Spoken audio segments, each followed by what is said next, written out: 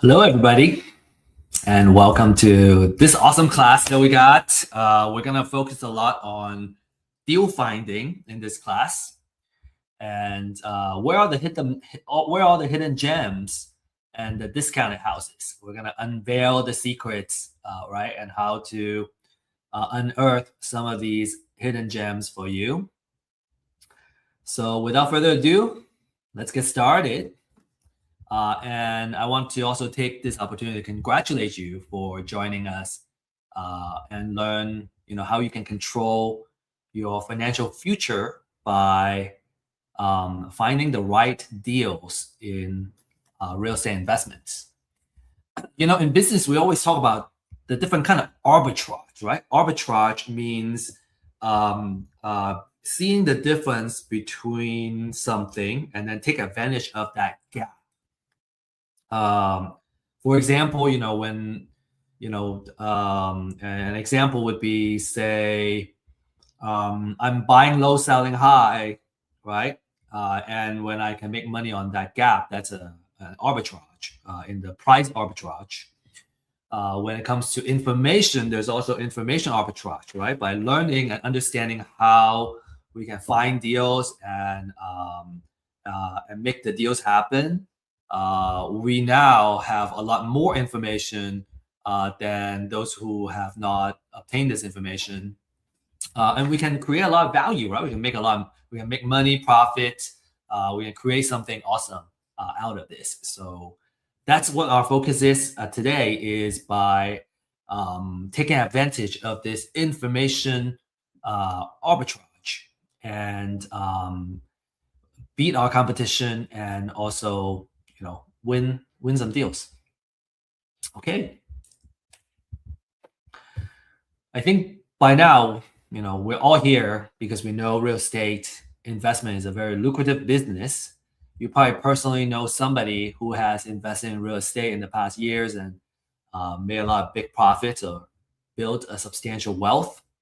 I personally have met somebody that has acquired close to 100 single-family house portfolio, and she bought it before the COVID era, and now that it's after the COVID, we have seen a huge equity increase in terms of real estate properties, and so because of that, a lot of wealth was built just by holding these cash flowing assets, and we also want to be that. We also want to do the same. So this is a class where we can learn how we can do this.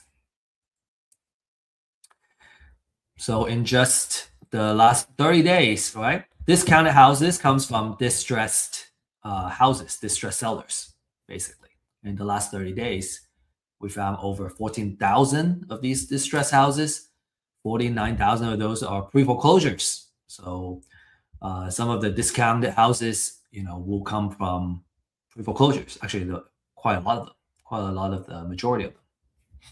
This is a gold mine, and we have a class called pre-foreclosure gold mine that you can learn about how to work these leads, right? How you can make a deal and get these deals in the contract and all that using pre-foreclosure leads. So a couple of success stories I want to show you. 64,500 profit on one deal, $85,610 profit in another, and then this one, 88,800 profit. I want to give a caveat here. These are kind of selected success stories, right? Not every deal is gonna be so lucrative, but there is opportunity where you can do that. So the natural question is, how do we find these deals and how do we make money? And in this class, we're gonna be going over how you can do that, how you can find great investment deals through distressed houses. So from a course standpoint, right, if you're a new investor looking for information and knowledge, how you can get started, this is the place to go. If you're an experienced investor, right, you've been buying wholesale leads, you want to learn how you can find deals yourself and generate leads for yourself, this is also a really great place you can start.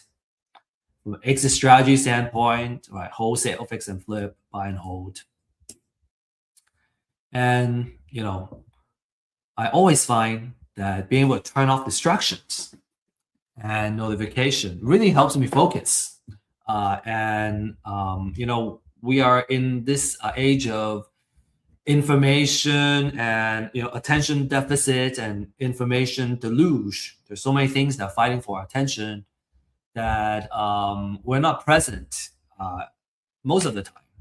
And I think for an important class like this, with the information that we're going to be sharing, it's very important to reduce all those, right? Remove all those distractions so we can get the most out of it. And you can use the chat to introduce yourself, right? Connect with other folks that are attending this class, and really get the most out of your time here. And attend our other classes too. We have a series of these type of classes geared towards how to get started in real estate investment, how to find deals, and a lot of the step-by-step process of what needs to be done, along with a weekly live stream that we do. And I will share more information about the live stream towards the end of this talk. So don't miss out on those, right? Join the discussion, right? Learn through case studies, and learn through listening, and then start doing the deals yourself. We can walk you every step of the way. Disclaimer, everything we share here is for information and education purposes, and we don't offer investment, financial, or legal advice. And always do your due diligence when you make any investment decision. Some background story about myself. Over the years, I have kind of acquired some skill sets, through just, I guess, being in business. And I think what applies here would be data management, analysis, and maybe a little bit of marketing. My background is in more technical science and engineering. I was always interested in the passive income power of real estate. Through kind of the COVID time, I really experienced, what it's like to hold cash flowing real estate assets and just see the value of the asset go up. And so, a lot of the wealth got built that way, and it will continue to be built that way. So how do we hold more of these type of assets, and kind of ride the wave, so to speak? It can be very powerful. And the struggle, I think, and I think we see that too, is that number one, it's hard to find the information we need. Number two, it's hard to find good technology, apps, and all that to get started. And then it's hard to find folks that we can ask questions to, and mentors that we can go to whenever we have questions. And I personally had so many questions every single step of the way. Whatever the next step is, I had so many questions. I had to ask. I needed to find someone who can answer all those questions. And so just want to stress the importance of having mentors and coaches and people who can answer these questions, or someone who's in the same journey, and being able to help.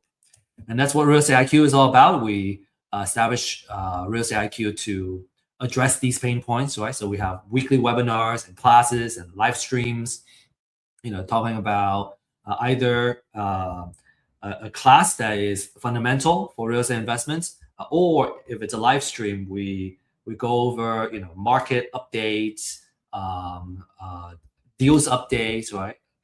Underwriting of certain deals and case studies and all that, so we can kind of learn through real cases. And then we have obviously the distress seller data and the community that you can leverage to make deals. So I hope you're excited, because we're getting started and really talk about the details of the deal finding. Okay, so we have two two things, right? Main topics today. One is how do we make money? And we'll talk about the different business models. And the second topic is where we can find these hidden discounted houses. And again, it's about finding the distress. Money is in the deal. So how do we find the deal? If we can find the deal, we can always make a profit. So business models. Okay. So people talk about exit strategy. We call it business models because that's how we can make money out of each. So there are three main business models that we'll go over today. There are some advanced ones too, which we are not going to go over. Maybe we'll go over that in our Dealmakers live stream or our office hours. And it will be kind of case-to-case basis.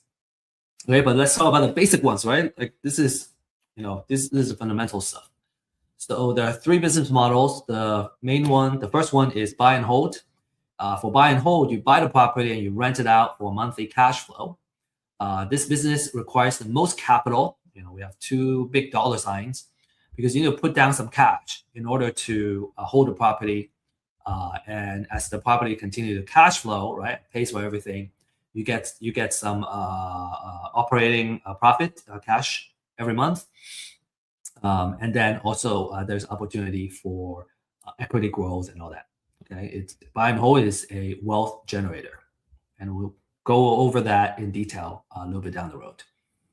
Okay, fix and flip. In fix and flip, you buy a property that's undervalued. Usually either it's it is an ugly house. I think that's a nice way to say it. Either it's an ugly house, something that has a lot of maintenance that has been deferred, or it's just something that we want to really upgrade and kind of create that appreciation. And then you sell the finished house to a home buyer, right? A retail home buyer, someone who needs to live in a house that's move-in ready. You provide that. And this requires less personal capital because you can leverage, right? If you get a house in a good deal, you can usually get financing. And there are 100% financing lenders out there that can help you fund the purchase and the repair for the property. So you don't need as much personal capital, but you still need to have some level of skin in the game. And then for wholesale, you buy a undervalued property and then you don't do anything. You may clean it up, very minimum thing. And you sell it to a fix and flipper or buy and holder. And you do that for a fee. So an average wholesale fee is about $7,000 to $8,000. This is a popular strategy for a young person, if you don't have a lot of cash, because for wholesaler, you don't need money to get started. And you can make, $7,000 to $10,000 per deal. Okay. And so here we will go over each of the business models and with the purpose of coming up with a distress offer. So assuming we already got a deal, right? How much do what's the right offer? What's the maximum amount that we can offer? It's called MAO, maximum allowable offer. Okay, so for buy and hold, we got to understand the 1% rule. The 1% rule basically says that our monthly rent needs to be at least 1% of the overall purchase of the property, which includes purchase and the repair. So in this example, if I'm paying for a house, right, overall, I'm paying for it and it's $250,000 all in, we need to make $2,500 per month in order for everything to pay itself and still yield a cash flow. And the way we can come up with an offer is to go the opposite. So what we do is we run a market analysis. It's called comparative market analysis, CMA, on rental. So if the market rent, right, based on what's being rented in the houses in the area, let's say it's around $2,500, then I do the reverse. Basically, I multiply by 100. So I got 250,000. And if the repair is 20,000, subtract that, then the highest offer that I can offer to a seller is 230,000, because all in, I'm gonna put 230K here, I put 20K here, so all in I'm at 250. I better be renting it out for 2,500. Okay, so this is a very idealized example, right? There's different fees and all that in closing, and that we are kind of ignoring, because when we follow this general rule of thumb, in general, all is kind of taken care of. So that 1% is very useful. We kind of ignore all the little fees and the noise, and kind of come up with a number that works for us. And if I want to have a little buffer, maybe I take another 5K out of this offer, 10K to kind of account for whatever fees I need to close. That's also acceptable. Now, of course, a lot of times I want to be give a high enough offer so that I can win the deal. So if I really want to win the deal, then I want to put up the highest offer that I can. Okay, so some of you may be wondering, okay, so that 1% a monthly rent, okay, 2,500, okay, makes sense, but where does it go, right? So these are some things. 2,500, a lot of that goes to the mortgage. You got to pay taxes, insurance, there's HOA and maintenance. And if you have a property manager, you'll probably also need to include the property management fees as well. And then when you subtract all that, having that 1%, make sure that you have a decent cash flow for every house. So if you kind of, as a landlord, right, this is how, let's say, one house, we make, say 500, right? Let's take off that 75. Every month we make $500 a month. If we have 10 of these, every month we'll make 5,000, which is 60,000 a year. And if we have 20 houses, right, that's 10,000, which is pretty good way to make income. And most of it is passive. Of course, when you are running a buy and hold business, it's never 100% passive. But if you're kind of looking at a way to kind of replace your income, it wouldn't take, it's not a full-time job to manage. Again, of course, if you also have a property manager in place, it's not a full-time job to manage 20 houses. And for buy and hold, you are in the landlord business. This means that you're going to be working with a property manager, right, or directly with the tenant. And your attention is going to be on, number one, getting a place lease at all times, generating cash flow. And you always want to pay attention to your tenant quality and vacancy. So those are the things that can eat up your profit. If you have a low quality tenant, they're late on payments, they don't pay, they trash the place, right? That's going to affect your investment. And we always say that buy and hold, if provided it's a cash flowing asset, right? We got a tenant in and paying, it's a wealth generator through these four things. One is the cash flow that we just mentioned. And then the second one is appreciation. So you can hedge it against inflation. And then there are two types of appreciation too. One is called natural appreciation, which means just by holding it, the value has gone up. And say during an economic downturn, and a lot of kind of easy credit creating that appreciation, you're going to see the value of the property go up. And natural appreciation is more passive. It's not something that we need to do. We just hold it and kind of watch the value grow. So on average, the house itself naturally appreciates, and then also during economic downturn, it appreciates more significantly as well. The other type of appreciation is called forced appreciation. That means we go in there, we fix up the house, and now the house is in a much better shape, and now it's also worth more. So we force the property to appreciate in value. And then you have tax savings, right? You got depreciation, you get mortgage interest that you can write off, and then you also have operating expenses that you can write off in terms of taxes. And then every single month, as you pay down the mortgage, the principal gets paid down, so you have equity build up as well. So those four things are working combined together, working on top of each other to help you build wealth slowly. Next, let's talk about fix and flip. For fix and flip, we pay attention to the 70% rule. Okay, so let's talk about how we can apply to it. The 70% rule means that we should only pay 70% of the after repair value of the property. So let's say a house, we run the after repair value. And how do we do that? We usually would also need to run a CMA, a comparative market analysis, to see what the houses around the area are selling for and come up with the kind of estimate. So in this case, let's say it's 500,000, then 70% of that is 350.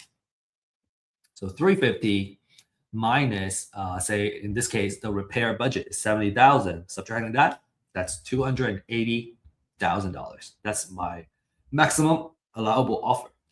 So that means, we buy it, we fix it up, and at most we are at 70 cents to $1. The other 30%, will go into holding costs, closing costs, and financing costs and all. So we need that buffer.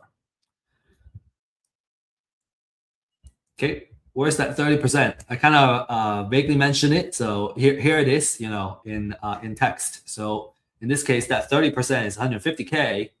And these are just some idealized example, right? There's closing costs. When I acquire it, there's closing. When I sell it, there's also closing, okay? And then during the time of the rehab, I also have to be paying for holding costs and maintenance and all that. And then if we get hard money or private money as financing, we also have to pay for financial costs. So all that said, we can still make a pretty handsome profit, which is fantastic in this case. Right? Fantastic return for one project, 90,000. For fix and flip business, you're basically in the construction business, right? That means a lot of the attention will be on rehabbing the property, make sure you're on schedule, on time, right? You probably, if you're going to manage subcontractors, right, you're going to be managing them and making sure that they are producing quality work and they are available to do the work. So what's going to eat up your profit? It's going to be project delays and overrun, because that's going to cost you to say not being able to finish the project, and let's say you got extend the loan. Well, you're gonna have to pay more for the loan extension and everything for this hard money loan.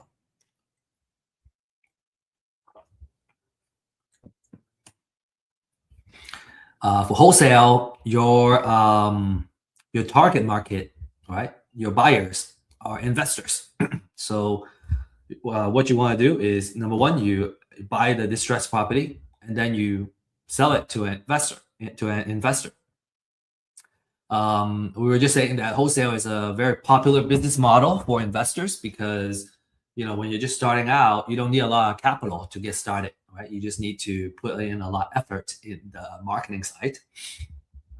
And what you need is to invest in your marketing, right? Get really good at closing, acquiring the deals, and you make your wholesale fees by selling to an investor, kind of taking care of the acquisition side for them. And in wholesale, you're in the marketing business, marketing, lead generation. You're going to be paying attention to marketing, acquiring properties at a price where you can make a wholesale fee, right? So a wholesaler competing with a fix and flip investor, for example, it's hard for them to compete for a particular deal because a fix and flipper can afford to offer a little bit more directly to the seller than a wholesaler can. However, a wholesaler tends to do much more, spend more money on the marketing too. You have more leads. And so even if you lose on a particular deal, you might be able to win some of the other deals. A lot of the investors usually they start out buying deals from wholesalers, and then over time, as they gain more experience and on how to I guess talk to distressed sellers and all that, they choose to do their own marketing and acquire the properties for themselves. And this can be a good strategy if you want to have control of your deal flow. When you're counting on someone else to bring in the deal, your pipeline is harder to control. If you want to kind of control your own pipeline and your deal flow, that's certainly something to consider. And then you can also pick and choose the best deals, and then you can wholesale to the rest to other investors. In this case, right, if you're gonna do some of that, right, while you have your personal fix and flip business, is that you are starting a small wholesaling operation, and you're choosing to invest in your marketing operation in order to achieve that.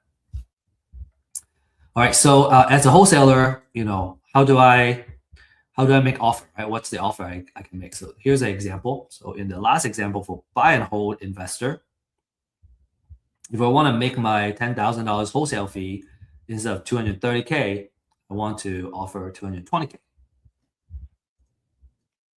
And then I can, when I offer it here, then I sell it to a buy and hold investor for $230K. Then I can make my wholesale fee of $10,000. And for selling to a fix and flip, well, I can put my wholesale fee here. In this case, I choose to want to make $20,000. Then my distress offer is $260. So you can put it under contract for $260. I can sell it to a fix and flipper and make $20,000. So to recap, for buy and hold, you need the most capital to get started because you need the money to hold it. Now, one thing that you could do is to do a BRRRR. So you buy a house that needs to get fixed up. You fix it up, and then you refinance, and that allows you to have less money in the deal, less equity. So that's also something that a lot of people do too after a couple of deals. In general, you're in the landlord business. Now, again, when you do BRRRR, then you are doing two. You're doing the construction and the landlord. Fix and flip, you're in the construction business. You're going to be focusing on the rehab project, make sure it goes well, and then you can sell the finished product at the aftermarket value. And then if you're in wholesale, then you're in the marketing business. You're going to be talking about marketing to distressed sellers, acquiring the property at a good price, managing your marketing pipeline, and lead generation, and making that wholesale fee. Okay, next, now this is our kind of like keynote topic, right? This is the secrets of finding the distressed houses. That's how you get the discounted houses. This is the most exciting segment. Now, if you're an experienced investor, you know that the money is made when you acquire a deal at a good price. And the secret of acquiring great deals, right, is through distressed sellers. And that's the power of live data. I want to introduce the topic of live data. And live data is basically a signal in life, right? Something that is happening to a person's life. And life is happening every day, right? We live through life. We have our life journey, and there are different phases in our life that changes our lives. So we're kind of looking for that life-changing data, right? And kind of on a macro level, life happens every day. New babies are born every day. Some people die every day. Some people get married, right? And some people get divorced, and some people get in financial issue, right? They get laid off or whatnot, right? And they can't pay their mortgage. So if we can monitor these live data, then we would know sometimes we can predict, sometimes we just know because of that trigger that they're distressed because these are life-changing events. If if you have gone through, or if you reflect in your own life and the different type of life-changing events like moving to another city, um, getting married, right, having kids, and all that, you would likely agree that they're so powerful, right? When your life happens, we just have to deal with it. All we can do is kind of play catch up, enjoy life, but you have to kind of deal with it. And so anybody that comes with us to help us solve our problems and our pain points, we highly appreciate that. And so imagine that, as a marketer, right, we have access to the life signals. And when somebody, got married, a lot of times they need to upsize, right? If especially they have kids, they have more people in the family, they got to upsize. When they get divorced, very likely they're going to end up selling the house. When a loved one dies, they're going to inherit the house. Maybe they want to keep the house, maybe they don't. And so by being able to stay on top of this kind of life data, we can utilize it as marketers to offer solutions to them. And I'm not just talking about we're talking about as real estate investors, right, buying the house, but it's the kind of idea is bigger than that, right? Having this access to this kind of life data helps us kind of predict what are some of the things that they're going to do in the near future. For example, I think Target kind of keeps track of different people's kind of buying patterns and life data, and they can kind of predict when someone is going to get pregnant and when someone's going to have kids. These are the stories that I hear. I don't know how accurate it is. So, but I believe that, right? Being a marketer myself and being, having the understanding of this type of data. So to find people that are motivated to sell or distressed, right? We want to find the folks that are in some kind of financial distress. If you can get a hand on this kind of life data, then then we can help them out, and in a way, being able to buy the property at a distressed price, and still being able to help them, right? And a lot of times they need to sell fast to get out of a bad situation. So real estate is not liquid, right? So if you need to sell fast, you're gonna have to kind of take a discounted offer. So let's talk about different types of distress. Okay, and these are kind of the lit data that we can mine and we can focus on. Okay, the first one is a pre-foreclosure list, right? These are folks that are about to lose their house in an upcoming foreclosure auction.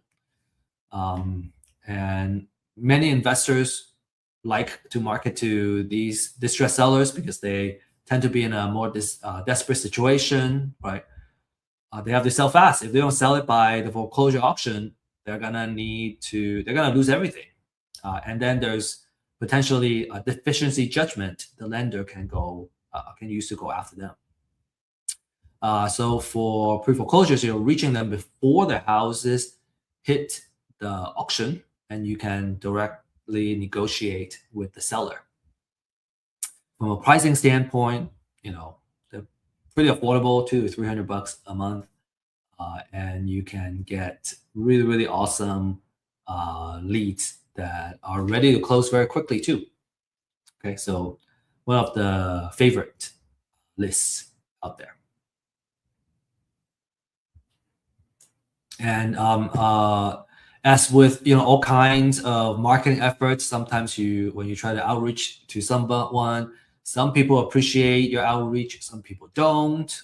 You can choose to we choose to work with the folks that appreciate our outreach and being there to solve their problem. But of course, not everyone is appreciative too. And what's a joy in life if we work with folks that stress us out, right? So I usually work with the folks that are pleasant to work with. Okay, so that's the pre-foreclosure. Okay, there's another type, which is called appointment of substitute trustee. And in short, it means a pre-foreclosure. It means that it happens usually before it goes to foreclosure. And what that really is about is that when a national lender, right, forecloses on a borrower, many times they wouldn't send somebody to a local county to process the foreclosure. So what they do is they would appoint or assign a substitute trustee that are in that local county to do the foreclosure proceedings. And so when we see that, that's a signal that, okay, a notice of sale or the foreclosure, it's gonna go onto the pre-foreclosure list. But now you're able to kind of reach them a little bit sooner. In some cases, not all cases, you have more time to reach out to these distressed sellers. So we call it pre-foreclosure. It's also a very popular list amongst savvy investors because it gives you more time to kind of nurture and work with the motivated sellers. We have a class called pre-foreclosure goldmine. And again, we go deep into how to work these leads. So if you're interested, make sure you join that class, okay? Next, we have probate. This is another popular life signal for real estate investors. And what that means is, someone has passed away. He or she owned a real estate property. Not all heirs that inherit the property want to keep the house. Maybe they want to sell it to settle, some of the expenses and all that, right? Maybe there's some debt from the past person that needs to get settled. The estate needs to sell, or maybe it's just you can keep them, but it's a headache to keep it to upkeep. Not everybody wants to be a landlord, and so upkeep and maintenance, right? Not everybody is interested in dealing with that. And experienced investors love probate because they're extremely lucrative, right?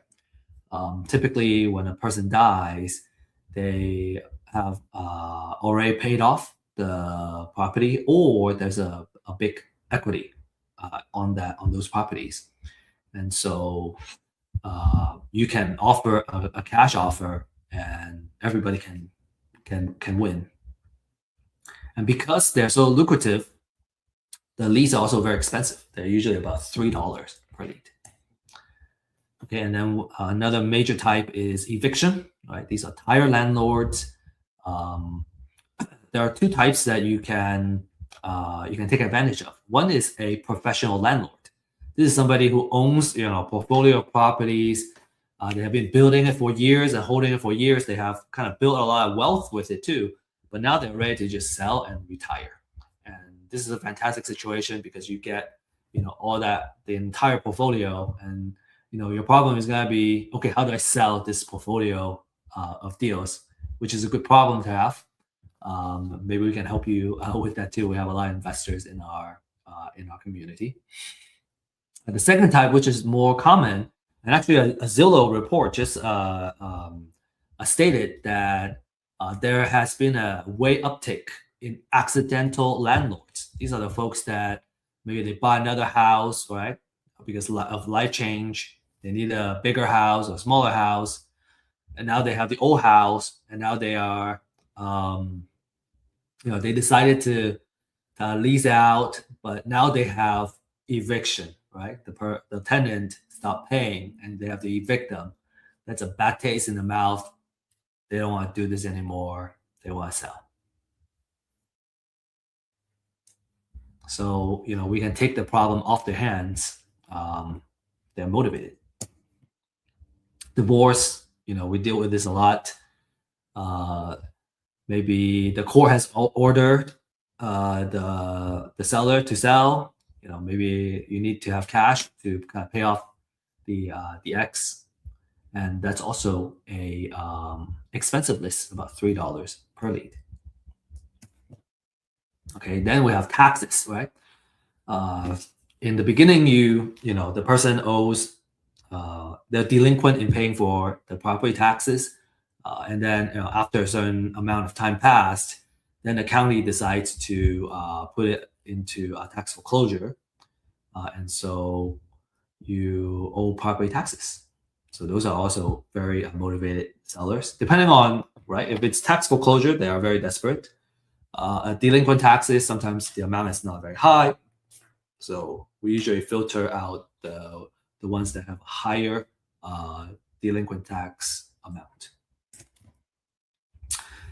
Moving on, there are also code violations, right? A couple of ones that we look for are tall grass, exposed roof, or unsafe type of violation. The city has this information, and they have their own codes. A lot of the codes are very similar across different cities.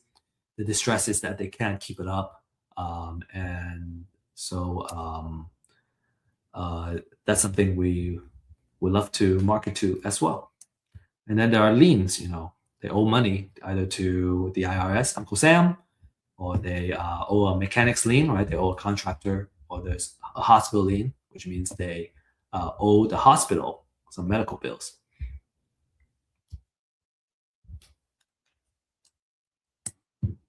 Okay. And an age-old question is, well, do I just do it myself, or do I buy it? And if you know how to mine all this information, right? Get court papers and all that, you can do it yourself. I personally would suggest that if you have the time, you can learn how to do it. But if you're going to operate a business, you don't want to spend the time to do that.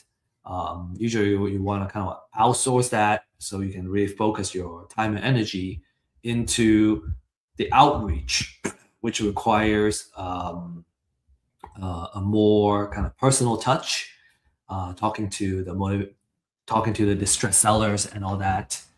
You may want to do it just to learn how it's done, if you have the time, like I said. But when I'm running a business operations, I just don't have time to mine the data myself. It's much easier to buy it from a reliable source.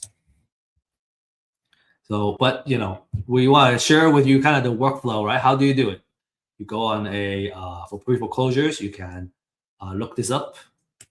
Once you get a notice of sale, basically, all the information is on. A lot of the information is on here.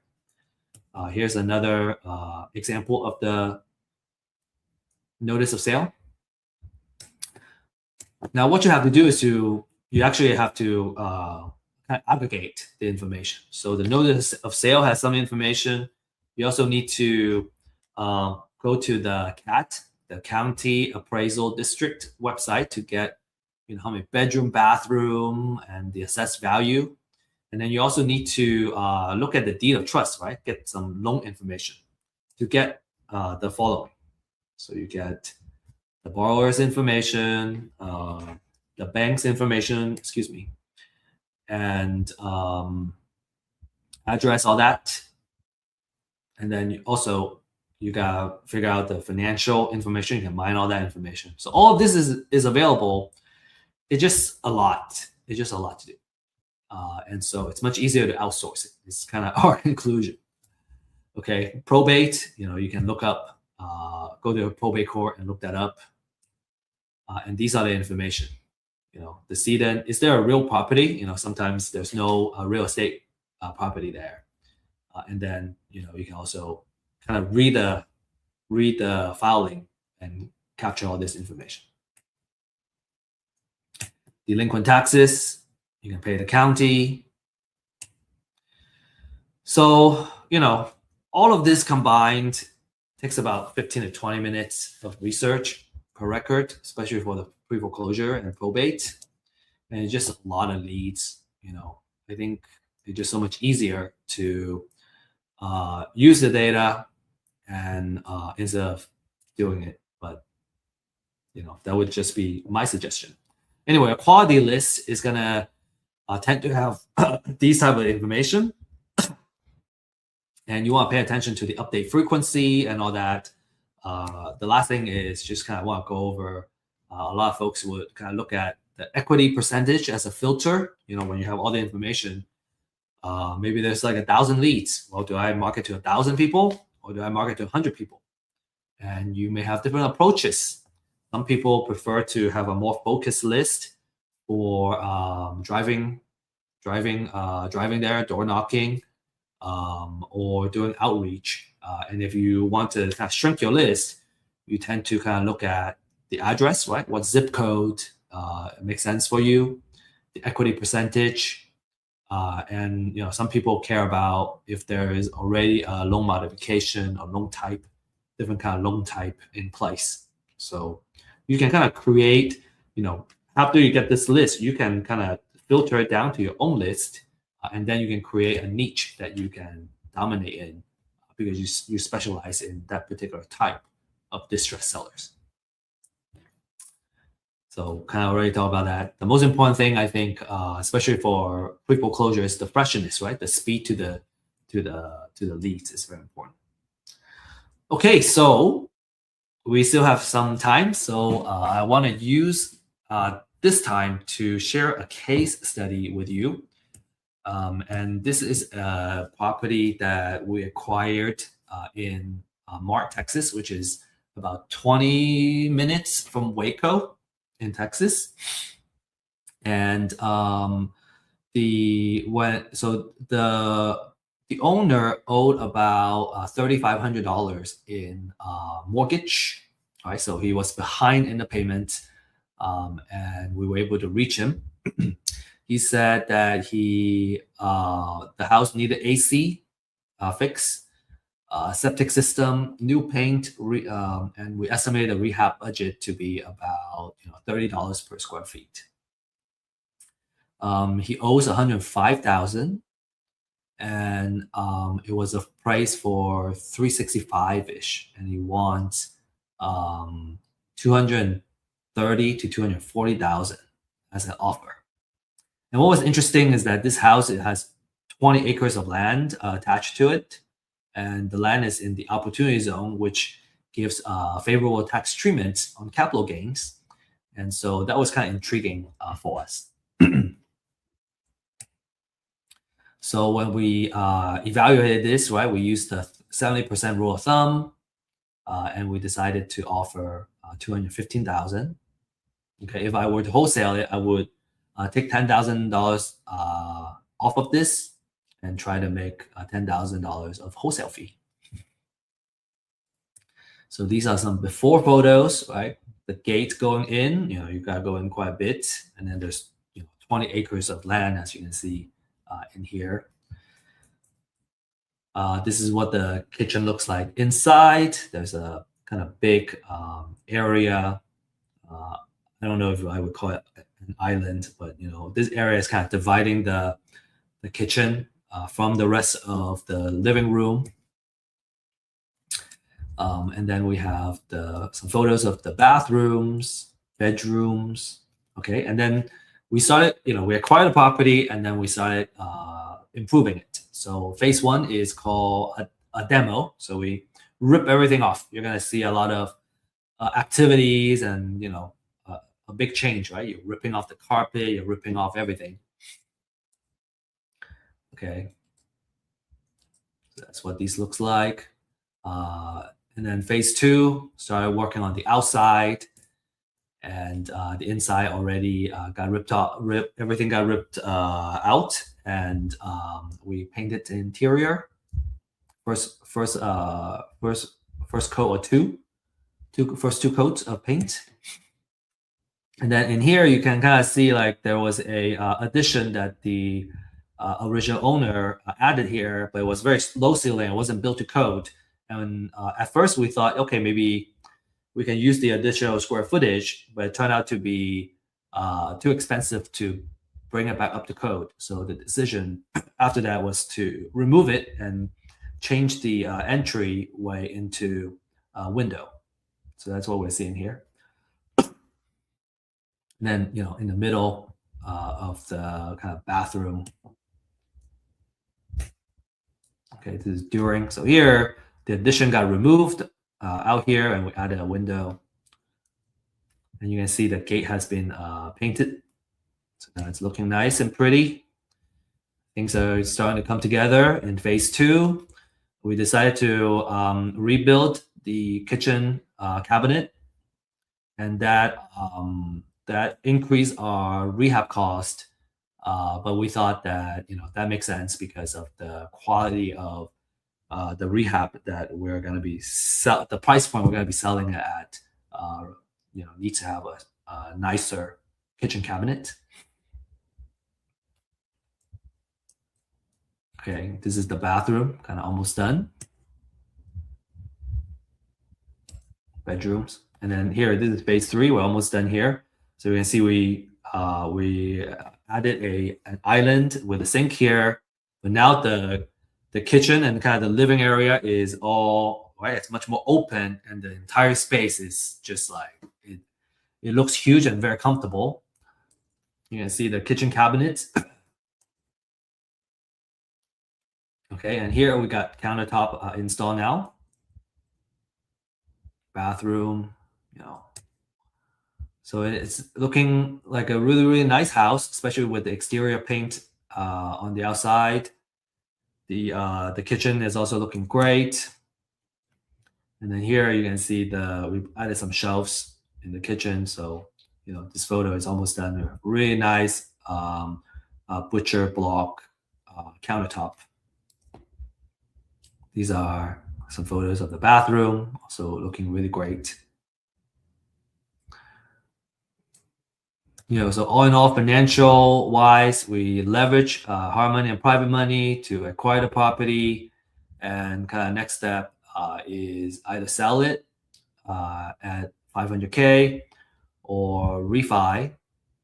And I think kind of now what we're looking at is, what if we sell the house with 3-4 acres of land, and then we keep the rest of the acreage, and because of the opportunities zone, and do more out of it. Okay, so I hope that's an exciting case study here for you. Just kind of the whole way, right? Not just how to find deals, but what we decided to do. Always find these kind of transformation really, really interesting. So I hope you enjoyed it too. So to recap, we talk about how you can make money in each of the main business models, right? Buy and hold, fix and flip, wholesale.